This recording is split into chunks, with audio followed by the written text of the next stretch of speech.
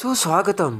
मोरांबा मालिकेच्या आजच्या भागामध्ये आपण पाहणार आहोत की आता पंकजला शोधण्यासाठी अक्षय आणि रमा त्यांच्या कारमधून जात असतात. तर रमा म्हणते थांबा थांबा, हे बघा इथेच लोकेशन दाखवतंय. तर अक्षय गाडी थांबवतो. बाहेर येताच अक्षय आणि रमा इकडे तिकडे बघतात. तेव्हा अक्षय रमाला गाडीत बसण्यासाठी सांगतो. त्यानंतर लगेच समोर अक्षयला एक टेम्पो दिसतो आणि अक्षय त्या टेम्पो शेजारी येऊन चाकावरती पाय ठेवत ड्रायव्हर सीटवरती बघतो कोणी आहे की काय. पण अक्षयला तिथे काही दिसत नसते आणि लगेच अक्षय त्या टेम्पोच्या पाठीमागे येऊ लागतो. हळूहळू टेम्पोच्या पाठीमागे येत लगेच अक्षयला समोर त्या ओट्यावरती ते गुंड पत्ते खेळताना दिसतात. तर हळूच अक्षय हा टेम्पोच्या पाठीमागे डोकावतो. त्याच वेळेस आता अक्षयला पंकजला बांधलेले असल्याचे दिसते आणि पंकजसुद्धा अक्षयला बघतो. तेव्हा तोंडावरती बोट ठेवत अक्षय पंकजला गप्प बसाव्यास सांगतो. तेवढ्यातच त्या गुंडाचे लक्ष अक्षयकडे जाते आणि तो गुंड म्हणतो, ए काय पाहिजे रे. तेवढ्यात तो गुंड अक्षय समोर येतो. तर अक्षय म्हणतो की दादा, मी रस्ता चुकलोय, मला खोपोलीला जायचंय. पण तो रस्ताच दिसत नाही. तर तो गुंड अक्षयकडे बघत म्हणतो, तू रस्ता चुकलाय ना, चल मी तुला रस्ता दाखवतो. आणि तो अक्षयला घेऊन जाऊ लागतो. तर अक्षय हळूच पंकजला हात वर करून त्या गुंडासोबत बाजूला येतो. तर आता तो गुंड अक्षयला म्हणतो की कुठे जायचं आहे तुम्हाला. तर अक्षय म्हणतो की अगोदर वाशीला जाऊन त्यानंतर आता मला खोपोलीला जायचं आहे, पण अगोदर पनवेललाही जायचं आहे. पनवेल इकडं आहे ना. तर तो गुंड म्हणतो की अहो पनवेल इकडं आहे. तेवढ्यात सर्वच ते गुंड अक्षयकडे येतात. तर अक्षय त्यांना म्हणतो की अहो आता मला पनवेलला जायचं आणि पनवेल इकडेच डावीकडे आहे ना, त्या शॉर्टकट फाट्याने जायचं आहे. तर ते गुंड म्हणतात की नाही हो साहेब, तुम्ही चुकीचं करू राहिलेत. पनवेल तर इकडे ह्या बाजूला आहे. तेव्हा ते सर्व गुंड आता इकडे अक्षयसोबत बोलत असताना हळूच पंकज त्या टेम्पोमधून उतरतो.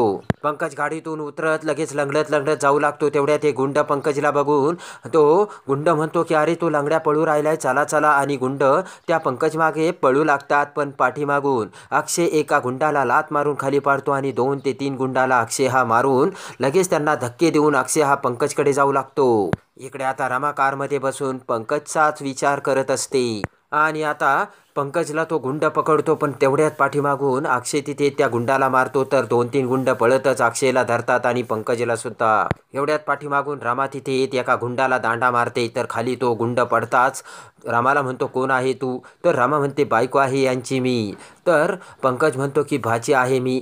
तर ते गुंड रमाला सुद्धा पकडतात. तेव्हा रमा म्हणते की सोडा मला. गुंड तिघांच्याही डोळ्याला रुमाल बांधतात. तर रमा पंकज मला सोडा असे करत असतात. इकडे आता सीमा रमा आणि अक्षयला फोन लावते, पण फोन काही लागत नसतो. तेव्हा सीमा ही कावेरीला फोन लावू असा विचार करून कावेरीला फोन लावते. सीमा म्हणते की रमा आणि अक्षय तिकडे आले होते का. कावेरी म्हणते आले होते, पण ते दुपारीच गेले. तर सीमा म्हणते की घरीही अजून आले नाहीत ते. तर सीमा म्हणते की अजून दुसरीकडे कुठे जाणार होते का. तर कावेरी म्हणते ते सांगता येत नाही, पण रमाच्या मोबाईलवर एक पत्ता आला होता आणि त्यांना असं वाटतंय की तो पंकज भाऊजींनी पाठवलेलाच पत्ता आहे, म्हणून ते पत्त्याच्या शोधात गेले असतील. तर सीमा म्हणते कुणाच्या फोनवरून पत्ता आला होता. तर पाठीमागून शशिकांत तिथे सीमाचे ते बोलणे ऐकू लागतो. कावेरी म्हणते की ते माहीत नाही, पण एक वेगळाच नंबर होता आणि त्या मोबाईलवरून पत्ता आला होता. सीमा म्हणते की मला कळतसुद्धा नाही आहे आता आणि त्यांचा फोनसुद्धा लागत नाही. तेवढ्यात पाठीमागून शशिकांत सीमासमोर येत म्हणतो की सीमा काय करतेस, कुणासोबत बोलते. घाबरत सीमा नंतर फोन करते असं म्हणत कावेरीचा फोन कट करते. शशिकांत म्हणतो की सीमा अगं काय झालं. तर सीमा म्हणते काही नाही. शशिकांत म्हणतो की असं कसं, तू खूप घाबरलेली वाटते. तेव्हा सीमा घाबरत म्हणते की पंकज काका गायब झाले, त्यांना कुणीतरी पकडलंय आणि रमा अक्षयच्या मोबाईलवर एका फोनवरून पत्ता आला होता, तेव्हा ते त्यांच्या शोधात गेले वाटतंय. तेव्हा बघा ना तो कॉन्टॅक्ट. इकडे आता तो गुंड लगेच रमासमोर येत म्हणतो की ही तर लय भारी दिसते राव, हिला सुद्धा मलेशियाला घेऊन जाऊ आपण. अक्षयला राग येऊन अक्षय लगेच त्या गुंडाच्या पोटात लात मारतो. तेव्हा राग येऊन तो गुंड अक्षयच्या डोक्याला रिव्हॉल्वर लावतो. रमा म्हणते की काय करताय तुम्ही माझ्या नवऱ्याला. तो गुंड म्हणतो बघायचं का तुला काय करतो मी तो. आणि लगेच दुसरा गुंड रमाच्या तोंडावरचा रुमाल सोडतो. तर आता त्या गुंडाने अक्षयच्या डोक्याला रिव्हॉल्वर लावलेली असते. मोठ्याने ओरडत रमा म्हणते की अहो सोडा त्यांना, काय करताय तुम्ही. आणि डोळे झाकून रमा देवीची प्रार्थना करत म्हणते की देवी आई आता तूच काहीतरी कर. तर आता इकडे तेवढ्यात शशिकांतचा फोन येतो आणि बंदूक बाजूला करत तो गुंड बोलण्यासाठी बाजूला जातो आणि म्हणतो की बोला साहेब. तर शशिकांत म्हणतो काय झालं तिकडे, 2 लोक तिकडे आले होते का त्या पंकजला शोधायला. तर तो गुंड म्हणतो हो. तर तो गुंड म्हणतो की अहो एक जवान पोरगा आहे आणि तरणी पोरगी आहे, त्यांनासुद्धा घेऊन जातो. तर शशिकांत म्हणतो की गप्प बस, आता एक काम कर, त्या पंक्याला बाजूला घे, मला बोलायचं आहे त्याच्याशी. इकडे आता येरझाऱ्या मारत रेवा विचार करते की ती रमा आता अक्षयला बाहेर घेऊन गेली आणि त्याच्यासोबत टाईम स्पेंड करणार आणि मी बसले इकडे हे पोट घेऊन. आणि जर आता ती अक्षयला पुन्हा आवडायला लागली तर, असं आता रेवा विचार करते. डोळे झाकत रेवा म्हणते की काय माझ्या नशिबात प्रॉब्लेम येतात सारखे सारखे. तर तेवढ्यात आनंद आणि जान्हवी हाय रेवा असे करत तिथे येत रेवासमोर बसतात. रेवा म्हणते काही नाही, प्रेग्नन्सीमुळे मला थोडासा त्रास होतोय. जान्हवी म्हणते की नेटवरती सर्च केलंय ना तू, तुला प्रेग्नन्सीमध्ये काय काय होतंय ते, म्हणजे तुला एकाच वेळी सगळंच व्हायला लागलंय, डोहाळे पण लागायला लागले. जान्हवी म्हणते खरं तर प्रेग्नन्सीच्या काही वेळानंतर आणि दिवसानंतर हे सर्व होतंय, पण तुला तर अगोदरच होऊ राहिलंय, म्हणजे सुरुवातीलाच होतंय. जान्हवी म्हणते की बाळाची जशी जशी वाढ होते ना तसतशी वेगळे बिहेवियर होत जातं, तुला तर एकाच वेळी आणि सुरुवातीलाच होऊ लागलंय. हसतच रेवा म्हणते की जान्हवी प्रत्येकाची केस वेगवेगळी असते, तुझं वेगळं आहे आणि माझं वेगळं आहे. तर हसतच जान्हवी म्हणते की हो माझं वेगळं आहे आणि तुझं तर फारच वेगळं आहे. आनंद म्हणतो की पण प्रेग्नन्सीमध्ये खूप इम्पॉर्टंट करायचं असतं, ते करते का रेवा तू? तर रेवा म्हणते की मला सांगताल का काय करायचं असतं? आनंद म्हणतो प्रेग्नन्सीमध्ये मेकअप करायचं नसतं. तर रेवा म्हणते का? तेव्हा जान्हवी म्हणते की मेकअप जर केलं ना, बाळाला जे जीवनसत्व लागतं ना ते कमी होतं आपल्या त्वचेमधलं. तर जान्हवी म्हणते की बेबी मी सुद्धा प्रेग्नन्सीमध्ये मेकअप केला नव्हता. तर आनंद मोठे डोळे करतो आणि म्हणतो हो हो. तर रेवा म्हणते की मी सुद्धा कमी मेकअप करते. तर जान्हवी म्हणते की बेबी मी तुला सांगितलं होतं ना रेवाला नाही जमणार म्हणून. आनंद म्हणतो की जानू तू प्रेग्नन्सीच्या काळामध्ये अगदी स्मार्ट कपडे घालायचे आणि तू खूप सुंदर दिसायचीस. जान्हवी म्हणते बरोबर आहे बरं का, प्रेग्नन्सीमध्ये हे असले कपडे घालायचे नसतात रेवा. रेवा म्हणते की ठीक आहे, मी प्रेग्नन्सीमध्ये काही गोष्टी फॉलो करते, तर जसजशा मला काही गोष्टी कळतील त्यासुद्धा मी फॉलो करील. जान्हवी म्हणते की बेबी रेवाच्याने नाही होणार, आपण का तिला सगळ्या गोष्टी सांगायला लागलोय?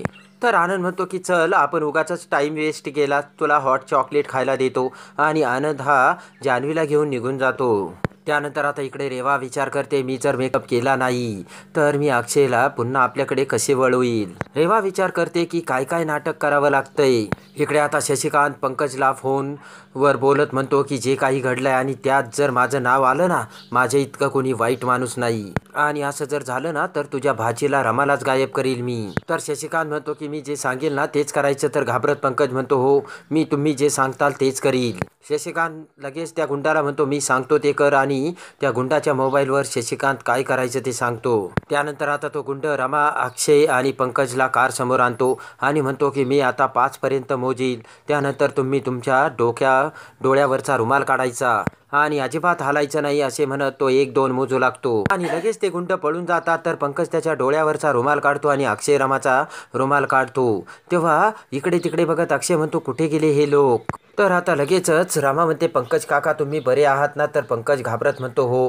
तर अक्षय म्हणतो होते कोण लोक हे? तर पंकज म्हणतो की माझं जुनं भांडण होतं ना त्यातले ती लोक होती, पण फोनवरती सेटलमेंट केल्यामुळे त्यांनी सोडलं आत्ता. तर अक्षय म्हणतो की आपण अगोदर पोलीस कंप्लेंट करूयात. तर पंकजला मोठा धक्का बसतो. तर आता पंकज म्हणतो की पोलीस कंप्लेंट नको नको. तर अक्षय सुद्धा मोठा अवाक होतो.